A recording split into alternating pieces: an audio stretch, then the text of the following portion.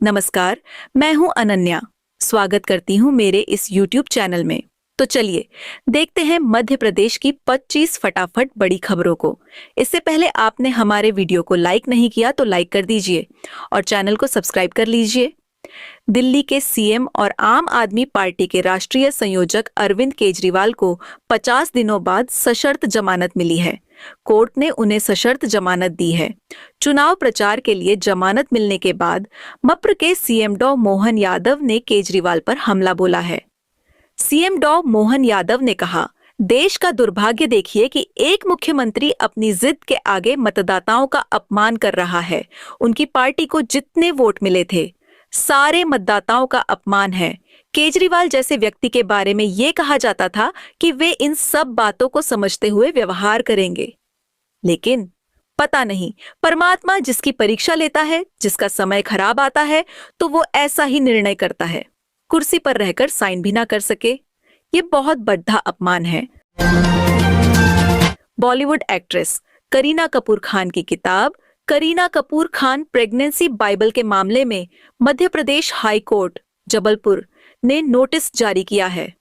Justice GS Ahluwalia की single bench ने किताब की को-ऑथर अदिति शाह भीमजियानी, अमेजन इंडिया और जगन्नाथ बुक्स से भी जवाब मांगा है। मामले में अगली सुनवाई 1 जुलाई को होगी। हाई कोर्ट में एडवोकेट क्रिस्टोफर एंथोनी ने 2022 में याचिका दाखिल की थी। पहली सुनवाई अगस्त 2022 में हुई थी। तब हाई कोर्ट ने राज्य सरकार को भी पार्टी बनाने के लिए कहा था। बाद में मामला कुछ ठंडा पड़ीडीडीएच गया।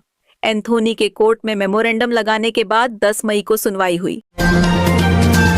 मध्य प्रदेश में पिछले 4 दिन से आंधी बारिश और ओले गिर रहे हैं। शुक्रवार को मंदसौर में पूर्व सीएम शिवराज सिंह चौहान की सभा के पंडाल का टेंट उड़ीदीएच गया। वहीं उज्जैन, शाजापुर, रायसेन, सीहोर जिलों में तेज बारिश हुई। भोपाल, इंदौर, रतलाम में बादल छाए रहे। ऐसा ही मौसम रविवार को भी बना रहेगा। इसके चलते छिंदवाड़ा, बैतूल, नर्मदापुरम समेत 10 जिलों में ऑरेंज अलर्ट है। बारिश के चलते शुक्रवार को मंदसौर में पूर्व सीएम चौहान ने छाते में ही भाषण किया। सीहोर जिले में आंधी से पेड्डच उखड़ दिए गए तो बिजली केबल भी टूट गई। रायसेन, शाजापुर में भी तेज बारिश हुई। भोपाल के कुछ इलाकों में हल्की बौछारें गिरी। 30 दिन बाद तिहाड़ जेल से जमानत पर बाहर आए दिल्ली के सीएम अरविंद केजरीवाल ने पार्टी ऑफिस में पहला चुनावी भाषण दिया। उन्होंने 21 मिनट की स्पीच की शुरुआत हनुमान जी से की और प्रधानमंत्री नरेंद्र मोदी, तानाशाही, भ्रष्टाचार, देश विपक्षी गठबंधन से होते हुए प्रभु यानी भगवान पर खत्म की। उन्होंने कहा कि प्रधानमंत्री नरेंद्र मोदी अगले साल 17 सितंबर को 75 साल के हो जाएंगे। क्या भाजपा उन्हें लाल कृष्ण आडवाणी की तरह रिटायर करेगी? अगर भाजपा ये चुनाव जीतती है तो मोदी अमित शाह को प्रधानमंत्री बनाएंगे। सरकार बनने के 2 महीने के अंदर उत्तर प्रदेश के सीएम योगी जी को पद से हटाया जाएगा।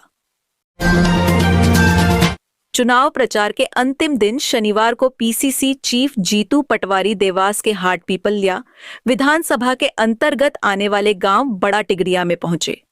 उन्होंने देवास लोकसभा के कांग्रेस प्रत्याशी राजेंद्र राधा किशन मालवीय के समर्थन में जनसभा को संबोधित किया। पटवारी ने भाजपा सरकार पर निशाना साधते हुए कहा कि मोदी सरकार ने जो पिछले 10 सालों में वादे किए थे, एक भी पूरा नहीं हुआ।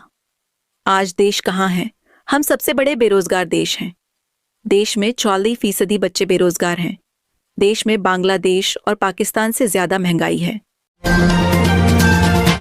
इंदौर लोकसभा सीट पर 13 मई को मतदान होना है।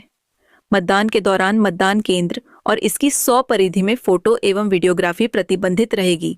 वहीं mobile, cordless phone, wireless set का उपयोग भी नहीं कर सकेंगे। मतदान केंद्र के 100 दायरे के बाहर ही प्रत्याशी अपनी टेबल लगा सकेंगे। इंदौर जिले में स्वतंत्र, निष्पक्ष और शांतिपूर्ण मतदान संपन्न कराने के लिए तथा मतदान की गोपनीयता को बनाए रखने के लिए मतदान केंद्रों तथा उसकी 100 मीटर की परिधि में मतदान वाले दिन 13 मई को मतदान प्रक्रिया संपन्न होने तक फोटो एवं वीडियोग्राफी को प्रतिबंधित किया गया है। मध्य प्रदेश के देवास जिले के खेड़ा माधोपुर गांव में 100 से अधिक लोगों के बीमार होने से हड़कंप मच गया है। साथ ही तेज बुखार से 2 लड़कियों की मौत के बाद राज्य भर के स्वास्थ्य अधिकारी वहां कैंप किए हुए हैं। डॉ वीपी गोस्वामी के नेतृत्व में एमजीएम मेडिकल कॉलेज इंदौर की एक टीम और भोपाल के वरिष्ठ कीट विज्ञानी और डॉक्टरों ने पिछले 1 सप्ताह में गांव पहुंचकर नमूने एकत्र किए, जिनकी रिपोर्ट आना अभी बाकी है।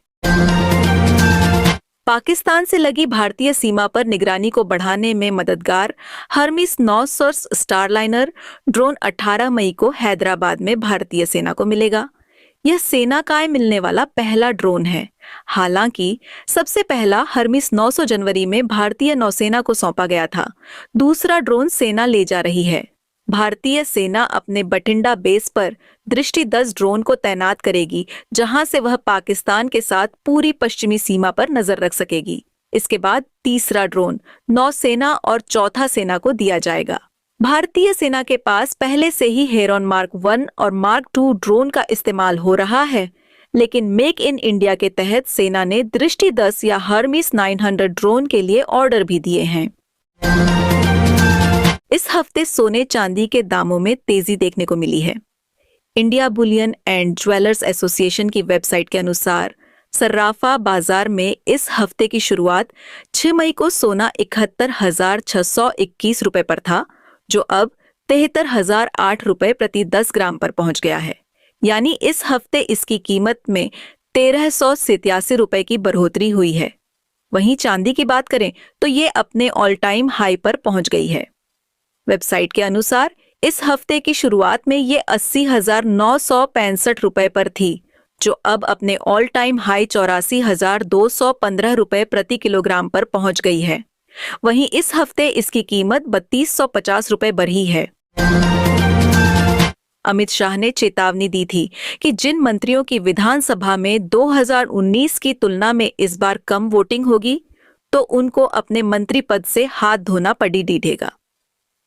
3 चरण की वोटिंग के बाद अब मध्य प्रदेश सरकार के 10 मंत्रियों की कुर्सी इस कारण खतरे में आ गई है, क्योंकि इन मंत्रियों की अपनी विधानसभा क्षेत्र में पिछली बार की तुलना में कम मतदान हुआ है।